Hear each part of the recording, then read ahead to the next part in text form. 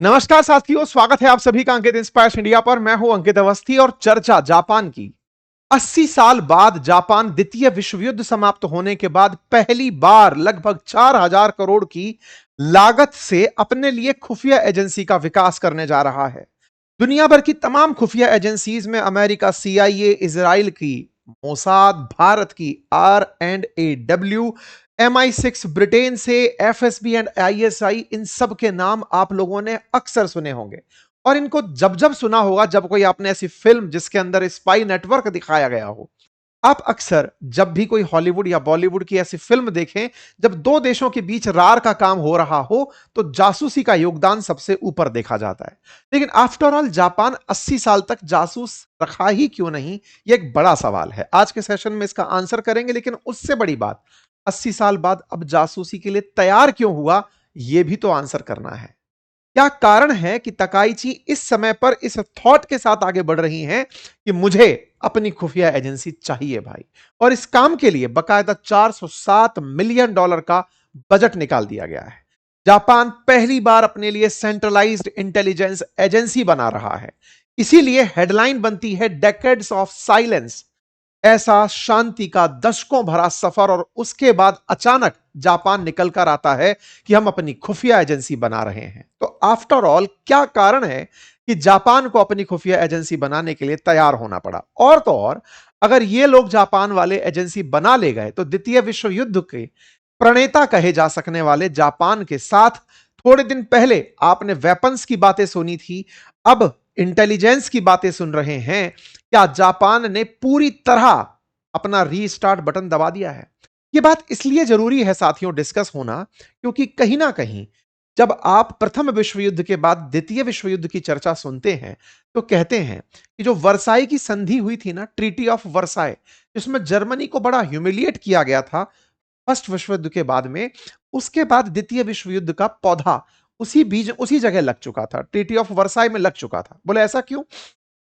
बोले जो उनकी इंसल्ट थी जर्मनी वालों की, उसका बदला लेने के लिए हिटलर पैदा हुआ। और हिटलर जो है, पैदा तो पहले ही हो चुका था, लेकिन हिटलर का जन्म उदय एक तानाशाह के रूप में हुआ और उसने सेकंड विश्व युद्ध करवा ही दिया। ऐसे में जापान क्या 80 साल बाद जागा है? जर्मनी तो 20 साल में ही जाग गया था, क्योंकि जापान के ऊपर हिरोशिमा नागासाकी के ऊपर न्यूक्लियर बॉम्ब गिराए गए थे। तमाम प्रकार के प्रतिबंध थे, ये अपनी सेना रखने से प्रतिबंधित थे। लेकिन अब जब से ट्रंप आए हैं, तकाइची को या फिर इनसे पहले वाले प्रधानमंत्री जो ट्रंप के कारण पद छोड़ गए, जापान ने यह महसूस किया कि जिस अमेरिका की छत्रछाया में हम जी रहे थे, क्या वो आगे तक हमारी रक्षा करेगा? जापान इस बीच में अपनी सेना रखने का प्लान शुरू कर देता है, डिफेंस के इन्वेस्टमेंट की प्लानिंग शुरू कर देता है, और अब वो खुफिया एजेंसी की बातें कर रहा है। क्या ये सारी बातें एक तरफ इशारा कर रही हैं कि जापान फिर से उग रहा है? और जापान जो एक तरह से सूर्योदय का देश है, अगर ग्लोब के साथ में कहा जाए कि सबसे पहले सूरज कहां निकल रहा है तो उन देशों में जापान है। तो ऐसा देश क्या फिर से युद्ध की तरफ अग्रसर हो रहा है? क्योंकि ये इनकी पॉलिसी तो नहीं थी। ऐसे में नीतियां बदल रही हैं और जापान इस दिशा में आगे बढ़ रहा है, तो यह सुर्खी बनना तो लाजमी है। लेकिन संयोग देखिए, हेडलाइन बनती है कि जापान अपनी खुफिया एजेंसी वेस्ट की मदद से बनाएगा। इसका मतलब कुछ और भी है। जापान डिप्लोमेसी में भी जीत गया है, कुछ ऐसा कूटनीति में खेल गया है कि जिन लोगों से परेशान होकर डिफेंस और सुरक्षा में आगे बढ़ रहा है, उन्हीं को साथ लेकर बढ़ने की दाव चल दी है। तो दाव पेच इस बार अच्छे हो रहे हैं। इसीलिए चर्चा तकाइची की हो रही है कि इन्होंने कुछ तो ऐसा किया है जिसके चलते आने वाले समय में जापान को अलग दिशा में याद रखा जाएगा। आइए चर्चा करते हैं किस तरह से जापान स्पाई एजेंसी विकसित करने निकल रहा है। लेकिन इसके साथ साथ भारत की खुफिया एजेंसी की भी बात करेंगे, दुनिया की खुफिया एजेंसी की भी बात करेंगे, और समझने का प्रयास करेंगे कि इसके मायने क्या होंगे, और असल में जापान ने किसे कारण बनाया है कि साहब इसके कारण हम ये सब कर रहे हैं। ठीक है, चलिए शुरू करते हैं। लेकिन उससे पहले आज की जरूरी जानकारी, जो हमारा कूपन कोड अंकित 33 मास्टरी जो कम्युनिकेशन मास्टरी और पर्सनालिटी डेवलपमेंट कोर्स के लिए हमने आप लोगों के लिए दिया हुआ था, आज उसका आखिरी दिन है। अगर आप इसे यूज करते हैं तो हमारे कोर्स पर 33% डिस्काउंट पा जाएंगे। लिंक कमेंट बॉक्स में हमारे कोर्स का पिन है, जिसमें पूरे 1 साल के वैलिडिटी के साथ आपको ये 15 मॉड्यूल डिस्कस किए जाएंगे। आपको पर्सनैलिटी ट्रेट, आपको बोलना, डिस्कशंस में बैठना, डिबेट में बैठना, मंच पर खड़े होकर अपनी बात रखना, तमाम बातें, मतलब आपके ईटिंग सेंस, ड्रेसिंग सेंस, तमाम बातों को हम यहां पर आपके साथ डिस्कस कर रहे हैं। अगर आप इसे ज्वाइन करना चाहते हैं तो लिंक कमेंट बॉक्स में पिन है, आज ही इस कूपन कोड का इस्तेमाल कर लें। चलिए साथियों, आगे बढ़ते हैं। तो जहां तक बात द्वितीय विश्व युद्ध की मैंने शुरुआत में कही, वहीं से लेकर आगे बढ़ते हैं। देखिए, सेकेंड वर्ल्ड वॉर हुआ, दुनिया भर की इकोनॉमीज तेजी से आगे बढ़ने लगी। अमेरिका अपने सीआईए को लेकर और ब्रिटेन MI6 को लेकर आगे बढ़ने लगा। लेकिन जापान अपने आप को शांत रखता चला, कि उसने कहा कि नहीं साहब, हम ऐसा कुछ भी विकसित नहीं करेंगे। लेकिन हाल ही में जापान की संसद ने एक नया कानून पारित कर दिया और कहा कि हम एक सेंट्रलाइज्ड इंटेलिजेंस यूनिट बनाने जा रहे हैं, जिसमें साने तकाइची, जो जापान की प्रधानमंत्री हैं, उन्होंने कहा कि यह हमारी सुरक्षा के लिए एक बड़ा काम करने जाएगी। अच्छा साहब, अब ये स्पाई एजेंसीज होती क्या हैं, काम क्या करती हैं? देखिए, आज दुनिया भर के तमाम अपराध, चाहे आतंकवाद से जुड़े हों, जासूसी से, साइबर हमलों से, तमाम देशों की अपनी सैन्य गतिविधियों से, कोई संगठित अपराध की प्लानिंग हो रहा हो, देश के खिलाफ कोई प्लान कर रहा हो, बॉर्डर पर कोई क्राइसिस हो, कोई भी प्रकार से आपके देश में कोई खराब फेट करेंसी आपके घर में घुसाने की प्रयास कर रहा हो, इन तमाम चीजों को पहले ही पता लगाने का, क्योंकि आप किसी देश के साथ किस तरह से कनेक्टेड हैं, ये कनेक्शन आपके डिप्लोमेटिक तो होते ही हैं, लेकिन उस पर्दे के पीछे अगर आपके खिलाफ कोई कूटनीति या कोई इस तरह की षड्यंत्र रची जा रही है, तो खुफिया एजेंसीज पता लगाती हैं। जैसे भारत ने 1971 के जब जंग को जीता, जब पाकिस्तान के 2 टुकड़े किए, तो उसमें हमारी खुफिया एजेंसी रिसर्च एनालिसिस जो विंग है, जिसे R&AW कहते हैं, इस एजेंसी का बहुत बड़ा रोल था। मतलब भारत पाकिस्तान से युद्ध करके ही इसकी जरूरत समझा था, और यह समझ गया था कि पाकिस्तान के भीतर अपने लोग घुसाने पड़ेंगे, जो कि कभी भी क्लेम नहीं किए जाएंगे कि हमारे हैं। हाल ही में आपने एक फिल्म धुरंधर देखी होगी, उस धुरंधर के अंदर भी आपने देखा होगा किस प्रकार से भारत की खुफिया एजेंसीज ने पाकिस्तान के अंदर भारत के ही एक व्यक्ति को एंटर कराया हुआ था, जो भारतीय सेना का एक ट्रेंड कमांडर था, ट्रेंड सैनिक था, और किस तरह से वहां जाकर के वो भारत के मंसूबों को कामयाबी दे रहा था। ऐसे ही फिल्म हाल ही में एक अल्फा निकल कर आई, जिसमें आपने यह सुना कि पाकिस्तान का कोई सैन्य कर्मचारी था जो भारत की सेना के अंदर घुसकर आ गया था। यानी कि फिल्मों से आपको यह समझ में आता है, बॉलीवुड हो या हॉलीवुड, उसमें थोड़ा सा मनोरंजन के हिसाब से लिबर्टी वो लोग लेते हैं, लेकिन यह तो समझ में आता है कि सीधे रास्ते ये लोग नहीं चल रहे होते। कोई सा भी देश हो दुनिया का, वो सब इसी प्रकार से। आप रशिया का मामला उठाएं, इजराइल का उठाएं, इजराइल के बारे में आपने देखा कि इजराइल ने जो हमास है उसके टॉप लीडर्स को ईरान के अंदर घुसकर के मार दिया, किसी को खबर तक नहीं लगने दी कहां से उन्हें सूचना मिली।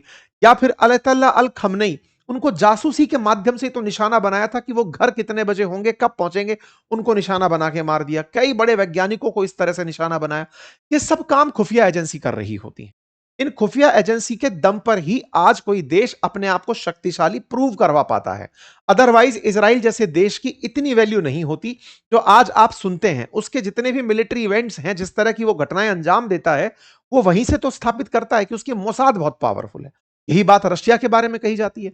रशिया जब सोवियत रूस हुआ करता था, तब उसकी KGB नाम की एजेंसी हुआ करती थी, जिसने शीत युद्ध के दौरान अमेरिका के MI6, अमेरिका की जो CIA है, CIA के साथ और उनके जो डोमेस्टिक FBI है, इनके साथ लड़ करके अपने आप को स्थापित किया था। यानी कि ये सब चीजें ऐसी हैं कि दुनिया में कौन देश कितना पावरफुल है, वो उससे तय होता है कि उसके पास दूसरे देश की कितनी खुफिया जानकारी है।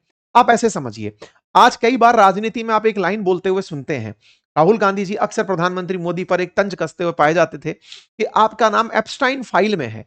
ये एक ऐसी गुप्त सूचना है जो किसी को नहीं पता है, लेकिन सच में अगर ऐसा हो कि आपकी कोई गुप्त सूचना किसी विपक्षी दल के पास हो, तो चीजें कॉम्प्रोमाइज हो जाती हैं। मैंने हाल ही में एक पॉडकास्ट किया था, बहुत ही अच्छी, हमारे नीरजा चौधरी जी जो हैं, इंडियन एक्सप्रेस की काफी वेटरन पत्रकार हैं, वो आई थी। उन्होंने प्रधानमंत्रियों के कार्यकाल के बारे में बताया कि प्रधानमंत्री डिसाइड कैसे करते थे। उनमें से उन्होंने एक बार एक ऐसा ही किस्सा शेयर किया, और उस किस्से के अंदर पता चला कि एक प्रधानमंत्री उम्मीदवार को केवल इसलिए कि उस प्रधानमंत्री उम्मीदवार के बेटे की अश्लील तस्वीरें इंदिरा गांधी जी और संजय गांधी जी तक पहुंच गई थी, बोले उस चलते उनकी दावेदारी रुक गई। आप सोचिए कि एक खुफिया तंत्र जो है वो डोमेस्टिक रूप से भी सक्रिय है और अंतरराष्ट्रीय रूप से भी सक्रिय है, और खुफिया जानकारियों से ही असल में सत्ता के खेल खेले जा रहे हैं। आज के दौर में जंग और अपनी ताकत सिद्ध हो रही है। यानी खुफिया कारनामे बहुत महत्वपूर्ण है। अगर आप वो पॉडकास्ट देखना चाहते हैं तो इस वीडियो के अंत में मैं उसको प्ले कर दूंगा, आप उसे जरूर देखिएगा, खोज कर देखिएगा। मतलब ऐसी ऐसी बातें हैं उसके अंदर जिसे सुनकर आपका रुचि बहुत बढ़ जाएगा। तो ऐसी मतलब ये समझने वाली बात है। तो कुल मिलाकर ये खुफिया जो जानकारी है ना, ये देशों को ताकत देने में बहुत काम आती हैं। इसी के चलते जापान को ये जानकारी अब महसूस होने लगी है। आज दुनिया भर की एजेंसीज, अमेरिका सीआईए से, भारत आरएडब्ल्यू से, ब्रिटेन एमआई6 से, इजराइल मोसाद से, ये सब, और आजकल तो रशिया वालों ने बदल दिया है नाम, एफएसबी के नाम से वो काम करते हैं। ये अपनी तमाम एजेंसीज के दम पर अपने आप को लेकर चलते हैं और बड़ी रोचक होती है। जब भी कोई स्पाई फिल्म अपन देखते हैं तो उसमें बड़ा मतलब फन मतलब उस बात का होता है, मनोरंजन होता है, थोड़ा थ्रिल होता है। ये लोग कैसे कैसे वेपन यूज करते हैं। पता चल रहा है लिपस्टिक के अंदर गन लगा रखी है, ग्लव्स में गन लगा रखी है। इस तरह के यंत्र की बटन के अंदर कैमरा, ये तो आजकल सुनने को मिल ही रहा है। उड़ते हुए इंसेक्ट के अंदर कैमरा लगा हुआ है, कबूतर में कैमरा लगा हुआ है। खुफिया तंत्र है, इस तरह की चीजें बनकर चलती हैं। तो ऐसे में इंटेलिजेंस एजेंसीज जो दुनिया भर की तमाम प्रकार की चीजों का इस्तेमाल करती हैं, यही काम अब जापान भी करेगा। जहां तक बात हो भारत की, तो क्या भारत केवल आरएडब्ल्यू यानी रिसर्च एंड एनालिसिस वर्ग जो विंग है उसी के थ्रू काम करती है? नहीं, भारत के पास बहुत सारी रिसर्च विंग हैं। ऑलरेडी इंटेलिजेंस में हमारे बहुत से शस्त्र काम कर रहे हैं, बहुत से अस्त्र काम कर रहे हैं, और हमारी बहुत सी विंग हैं जो इसमें काम कर रही हैं। जैसे 1887 में स्थापित हुई थी हमारी इंटेलिजेंस ब्यूरो आईबी, जिसका आज डोमेस्टिक रूप से सबसे ज्यादा इस्तेमाल होता है। ऐसा कहा जाता है कि बहुत से राजनीतिक दल इस आईबी के दम पर यह जान चुके होते हैं कि जनता का मूड क्या है। सरकार के द्वारा कई बार आईबी का इस्तेमाल यह जानने के लिए भी किया जाता है कि जरा देख के बताओ कि इस राज्य के अंदर माहौल क्या है। आईबी के गुप्तचर या आईबी की सेवा में काम करने वाले जो जवान हैं, वो अपनी सूचनाएं सब तरह की, आप अगर कोई भी ऐसा ट्रांजैक्शन कर रहे हैं, आपके द्वारा कोई भी ऐसा कृत्य किया गया है जो आपको संदिग्ध लगता है, मान लीजिए कि आपके फोन पर पाकिस्तान के नंबर से कोई कॉल आता है, आपने कॉल नहीं उठाया, लेकिन आपकी 1 मिनट बात वहां हो गई, तो अब आप समझिए कि आपके पास आने वाले समय में कोई ना कोई ऐसा व्यक्ति दिखाई दे जाएगा जो आपको बड़ा ही अनयूजुअल लगेगा। हो सकता है आपका ध्यान उस पर ना पड़े, अचानक हो सकता है कोई सब्जी वाला आपके घर से पहली बार निकल कर जा रहा हो सकता है कि आपके घर में कोई सफाई करने वाला नया आदमी आ गया हो। खुफिया तरीके से जानकारी आपकी ली जाना शुरू हो जाती है। यह काम आईबी करती है। आंतरिक मामलों के अंदर हर तरह से, चाहे आंतरिक सुरक्षा का मामला हो, आतंकवाद से जुड़ा हुआ मामला हो, आप विचार करके देखिए ना, 140 करोड़ का देश, और फिर भी देश में आतंकी घटनाएं ऑलमोस्ट बहुत ज्यादा कंट्रोल हो चुकी हैं। एक दौर में बहुत सारी आतंकी घटनाएं आप सुना करते थे। ये जो कंट्रोल हुआ, ये कैसे हुआ? ये खुफिया सूचनाओं से, कि कोई भी घटना अगर हो रही है तो बस वहां तक पहुंच जाओ और फिर वहां से तार जोड़ लो, घटना को होने से पहले रोक लो। ये आईबी करती है। अब आईबी कर रही है आंतरिक सुरक्षा, लेकिन अब विदेशों में अगर कोई देश के खिलाफ प्लानिंग कर रहा है, आप कई बार सुनते हैं कि गुप्त किसी अज्ञात व्यक्ति ने कनाडा में किसी को मार दिया, पाकिस्तान में किसी को मार दिया, ये सब चल रहा है आरएडब्ल्यू के थ्रू चल रहा है। ऐसे ही भारत के अंदर जो हमारी सेना है उसकी भी गुप्तचर विभाग होते हैं, जिसको डीआईए कहते हैं, डिफेंस इंटेलिजेंस यूनिट कहते हैं। जो हमारी आरएडब्ल्यू है, इसका तो गठन 1968 में हुआ। प्रधानमंत्री को सीधा रिपोर्ट करती है आरएडब्ल्यू, तो कैबिनेट सचिवालय के माध्यम से काम करती है। कैबिनेट सेक्रेटरी इनको हेड कर रहे होते हैं और सीधा प्रधानमंत्री तक इनकी बात होती है। ऐसे ही एक विंग है जिसको एनएसए के साथ में लगाया हुआ है, जिसका नाम एनटीआरओ है, कि सैटेलाइट साइबर इनके थ्रू काम करता है। एक ऐसे ही एयर इंटेलिजेंस है जिसे डीएआई कहते हैं। ऐसे ही एक नेवल इंटेलिजेंस है जिसे डायरेक्टर ऑफ नेवल इंटेलिजेंस, जैसे हमारी सेना का है ना डिफेंस इंटेलिजेंस, ऐसे नेवी का भी है और आर्मी का भी है, क्योंकि सबको अल्टीमेटली इंटेलिजेंस के थ्रू। फिर एक मिलिट्री का अपना, यानी ओवरऑल सबका मिलकर के एक मिलिट्री का इंटेलिजेंस है। और आतंक के लिए और राष्ट्रीय सुरक्षा से जुड़े एक मामले के लिए हमने एक प्रॉपर एनआईए बनाई हुई है, जो आतंक के लिए डेडिकेटेड काम करती है। और उसकी टेरिटरी में अब उसको यह भी कह दिया है कि विदेशों में भी अगर आपको लगता है कि इसके तार जुड़े हुए हैं तो कर लो आप अपने हिसाब से एक्शन जो करना है। तो भारत अब इन चीजों पर बहुत तेजी से आगे बढ़ रहा है। अब सवाल आता है, भारत ने आरएडब्ल्यू क्यों बनाई जब हमारे पास ऑलरेडी आईबी थी? तो असल में जब 62 और 65 के युद्ध हुए ना भारत के, तब भारत को समझ में आया कि हमें ना दूसरी तरफ की तैयारियों के बारे में ज्यादा जानकारी थी नहीं। हम लोग सूचनाओं पर रह गए कि जो हम तक वहां से पहुंचाई जा रही थी। वास्तविकता में जानकारी होती तो खेल होता। फिर हमने आरएडब्ल्यू का गठन किया, और हालांकि इसको लेकर के काफी सारी किस्से कहानियां हैं।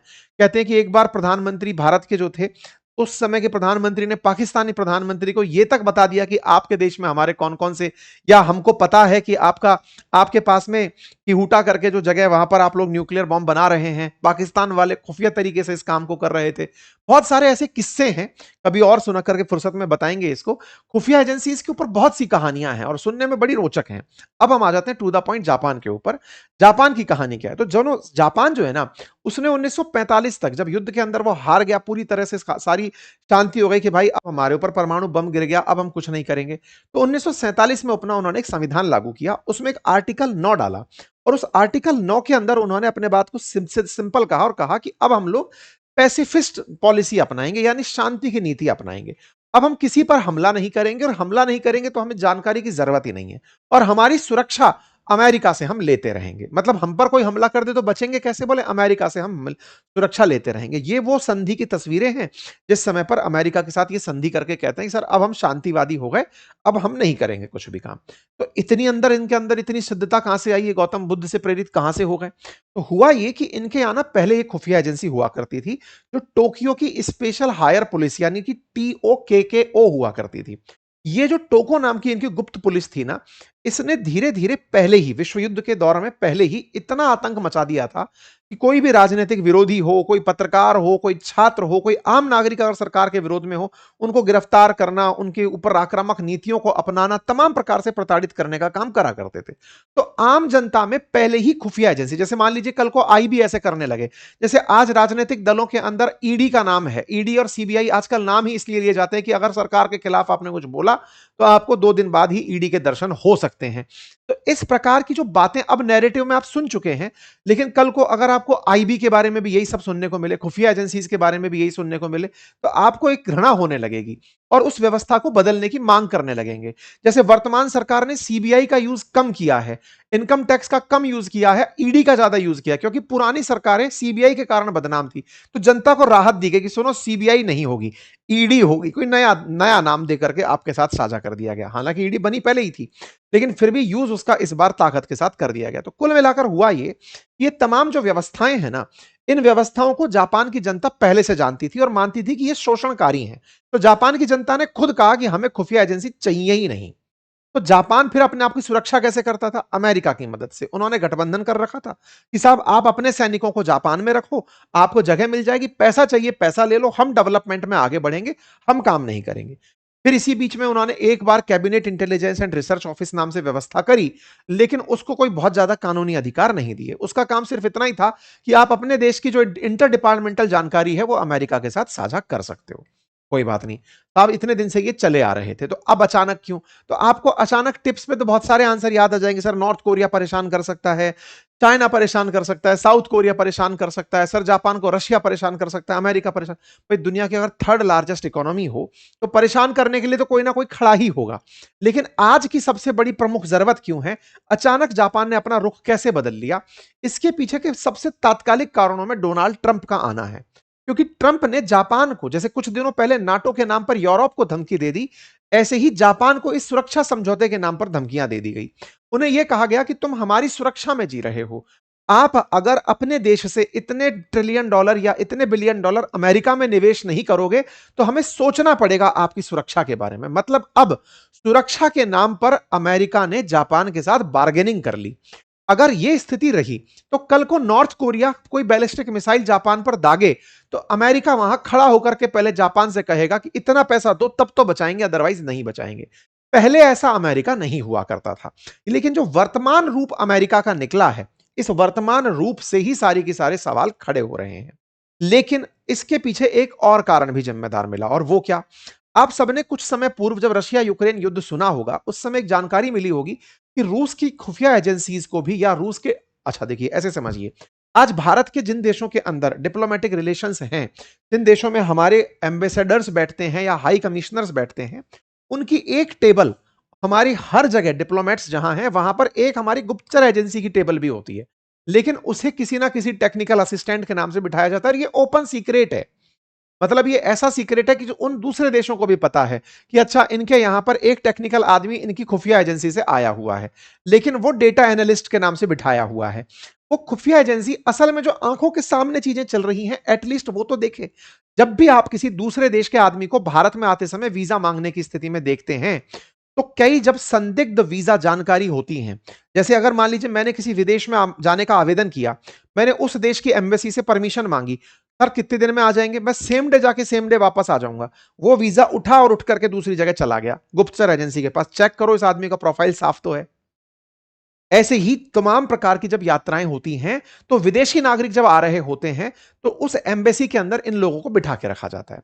जब रशिया ने यूक्रेन के ऊपर चढ़ाई करी, तो उस समय पर यूरोप के कई देशों ने अपने यहां से रशियन एजेंट्स को निकाल दिया। बोले साहब सुनो, अपना ये सारा सारा एम्बेसी एम्बेसडर सब ले जाओ यहां से, हम नहीं बिठाएंगे, निकालो, ताकि रूस अपने पांव ना पसार पाए, उस तक उनकी तैयारियां ना पहुंचे।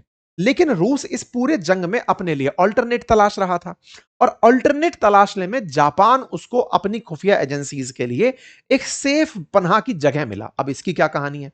असल में आपको मालूम होगा कि रूस के साथ तमाम प्रकार की जो कंपनी, ब्रिटिशर्स और यूरोपियन कंपनी थी, अमेरिकन कंपनी थी, उन्होंने ट्रेड करना रोक दिया। बोले आपके साथ व्यापार नहीं करेंगे, आपको कोई भी चीज नहीं देंगे। नहीं देंगे तो ऐसे में अब रूस को तैयारी के समय मिसाइल के अंदर कोई चीज चाहिए, कोई अपना इंस्ट्रूमेंट डेवलप करना है कुछ, तो भाई सपोर्टिव चीजें तो चाहिए ही होंगी ना। तो या तो वो चाइना से मिलेंगी, या फिर उस देश से मिलेंगी जहां पर खुफिया एजेंसी है ही नहीं। और यहां पर जापान उनके ब्लेसिंग इन डिस्गाइज, आपदा में अवसर बनकर निकला। जापान टेक्नोलॉजी में तो उन्नत है ही, यहां से टेक्नोलॉजिकल सामान खरीद खरीद के रशिया जाने लगे, या तो डायरेक्ट जाने लगे या वाया जाने लगे। और जापान के अंदर रूस के खूब सारे एजेंट घूमने लगे इस दौर में, पिछले 3-4 साल में। और उन्होंने उठा उठाकर खूब सारा सामान डाल दिया रशिया के अंदर। अब यह बात कैसे पता चली? रिसेंटली क्या हुआ कि यूक्रेन के अंदर कुछ मिसाइलें जब देखी गई, तो उन मिसाइलों के अंदर जो सिस्टम लगे हुए मिले ना, इलेक्ट्रॉनिक डिवाइसेस जो लगी हुई मिली, वो डिवाइसेस रशियन थी, वो सॉरी जापानी थी। तो यूक्रेन में जापानी चीजें पहुंच कैसे गई? तो पता चला कि ये जापानीज पार्ट जो हैं, ये रशियन मिसाइल में लगकर आए हैं। बोले रशिया ने तो खरीदे ही नहीं, या जापान ने तो बेचे ही नहीं। बोले साहब ये खुफिया तरीके से पहुंची हैं। तब जा पर जापान को इन पश्चिमी देशों ने मोटिवेट किया कि अरे कम से कम खुफिया एजेंसी के लोग आपके देश में घूम रहे हैं, उनको पकड़ने के लिए तो कोई तरीका लाओ। तो बोले सर हम तो कह ही रहे थे, बना ही देते हैं। तो एक प्रकार से इन लोगों को साथ ही साथ मोटिवेट कर दिया गया। बाकी बचे कारणों में ये दोनों भाई तो हैं ही, दो भाई दोनों तबाही कारण, क्योंकि ये कभी भी जापान को निगलना चाहेंगे। जापान ने इन पर इतनी यातनाएं दी हैं कि ये यातनाओं का बदला आज भी लेना चाहते हैं, मतलब इतने गुस्से में पूरे टाइम रहते हैं। तो बस कुल मिलाकर के चीन हो, उत्तर कोरिया हो, रशिया हो, अब सब तरफ से जापान को चुनौती है। और रही सही साइकोलॉजिकल थॉट ये है कि अमेरिका तो साथ नहीं है, क्योंकि अमेरिका इनको बिठाकर टेबल पर ह्यूमिलिएट करता है कि तुमसे ज्यादा तो सरप्राइज देना पोर्ट ब्लेयर जानता ही कौन है। तो बस कुल मिलाकर के ये सारी चीजें हो रही हैं। अब ट्रंप का भी दबाव है और जापान इसका लाभ उठा रहा है, और इसी के लिए जापान ने अपने यहां पर खुफिया तंत्र विकसित करने का काम कर दिया है। क्या इनके लिए बहुत आसान होगा? देखिए आसान तो नहीं होगा, चुनौतियां कई होंगी, क्योंकि अब नया मॉडल डेवलप करना, दूसरे देशों में अपने आदमी घुसाना, और ऐसे समय पर घुसाना जिस समय पर जापान को वीजा फ्री एंट्री है बहुत से देशों के अंदर। हेनले पासपोर्ट इंडेक्स में जापान टॉप 3 कंट्रीज में चलता है। तो ऐसे में अगर जापान अपने अपने खुफिया लोगों को दूसरे देशों में भेजता है, तो ये उसके लिए बड़ा चुनौतीपूर्ण होगा। हो सकता है उसका पासपोर्ट इंडेक्स अब गिरने लगे। ऐसे में हाल ही में मार्च 26 में इन्होंने अपने यहां पर विधेयक को मंजूरी दी। अप्रैल में उसको निचले सदन से पारित किया, 27 मई 2026 को ऊपरी सदन से पारित किया, और जुलाई में, यानी कि आप और हम जब चर्चा कर रहे हैं उस समय पर इसका संचालन तय किया और 2 यूनिट बनाई, एक नेशनल इंटेलिजेंस काउंसिल और एक नेशनल इंटेलिजेंस ब्यूरो। इनके मदद से अब ये लोग अपने इस काम को आगे बढ़ाने वाले हैं। बाकी अब जो भी होगा वो देखा जाएगा। जर्मनी और ऑस्ट्रेलिया फिलहाल के लिए इसकी मदद करते हुए दिखाई देंगे। ठीक है, तो योग्य अधिकारियों की भर्ती इनकी चुनौतियों में रहने वाली है, और दूसरी खुफिया एजेंसीज को काउंटर करने के जो तरीके होंगे, ये इनकी बड़ी फैसलों में से निकल करके आएंगी। ठीक है साहब, बाकी आप लोगों को क्या लगता है अपनी राय कमेंट बॉक्स में जरूर दीजिए। चैनल पर नए हैं तो सब्सक्राइब कीजिए, और इस वीडियो को जरूर देखना। एक बार हमने बताया था जापान फिर डराने वाला है, जब ये डिफेंस के क्षेत्र में काम करने की तैयारी किया था। आगे देखते हैं अब क्या होता है। फिलहाल के लिए इतना ही। बाकी हाँ, हमारे कोर्स का आखिरी जो दिन है, मतलब जिसके अंदर कूपन कोड अंकित 33 जो एक्टिवेट है, वो आज रात 12 बजे तक एक्टिवेट है। आप उसका लाभ ले सकते हैं। 33% डिस्काउंट आपको हमारे इस कम्युनिकेशन मास्टरी और पर्सनैलिटी डेवलपमेंट वाले कोर्स पर पूरी 1 साल की वैधता के साथ मिल जाएगा। लिंक कमेंट बॉक्स में दिया हुआ है। धन्यवाद।